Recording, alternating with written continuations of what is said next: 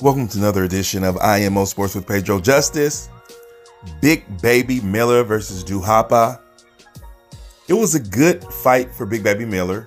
Basically, what he proved tonight is that he could go 12 rounds. He also proved that he was a good boxer. He had some head movement. He could have moved out of the way of some shots, but I don't think he felt he was going to get hurt tonight. He definitely was trying to go for the knockout. It was very obvious. His corner was trying to tell him not to put too much winding up on his punches. Don't wind up. Just go ahead and make shorter, more concise, compact punches and throw a lot of them. And that's definitely what he did. He threw a lot of punches, like over 400 punches, which is a lot for a heavyweight. I feel that Big Baby has decent power, but he definitely does not have devastating power. Because if he had devastating power, he would have rocked Duhaupas more.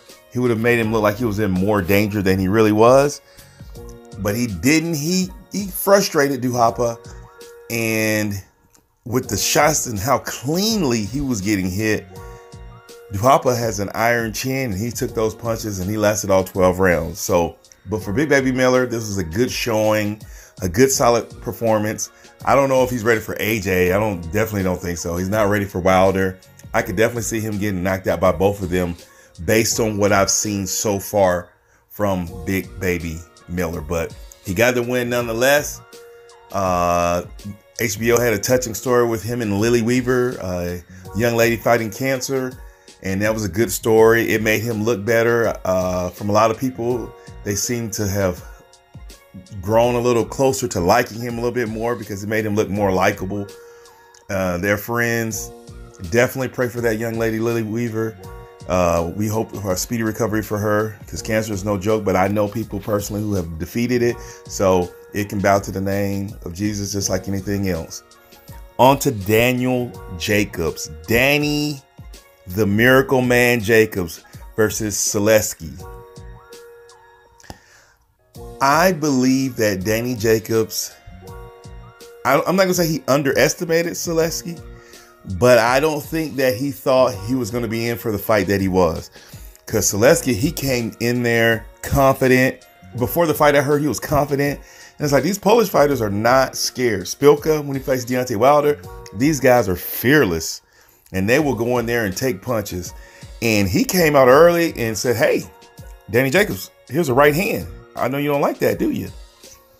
Danny Jacobs didn't like that. But I feel that when Danny Jacobs saw that he only had 10 knockouts, he took a lot of chances. So I'm pretty sure some of you are going to say Danny Jacobs may have looked sloppy at times. He was switching from left to right, trying to find his way. I think he took more chances with Sulecki because Sulecki did not have the punching power at the middleweight. And even though he's done good in his last 7 or 8 fights, he still doesn't necessarily have the punching power. And I think that was evident in how Danny Jacobs approached this fight. But this fight was much closer than you thought it would be. It was much closer than I thought it would be. Sulecki definitely impressed me. He came in here and it was not a cakewalk for Danny Jacobs. Danny Jacobs had to earn this victory. And in the 12th round, he finally caught him with the lead hand right and dropped Sulecki and pretty much put the exclamation point on the fight and let you know that, yes, I did win this fight. But on the one judge's card, it was like 115, 112. Whew, that was a lot closer than I thought it was going to be. So shout out to Danny Jacobs for pulling this out. It was a good, solid win. The last 3 fighters he's fought have been undefeated. And so he needs to keep this trajectory until he can get a title shot. It was a decent night of boxing.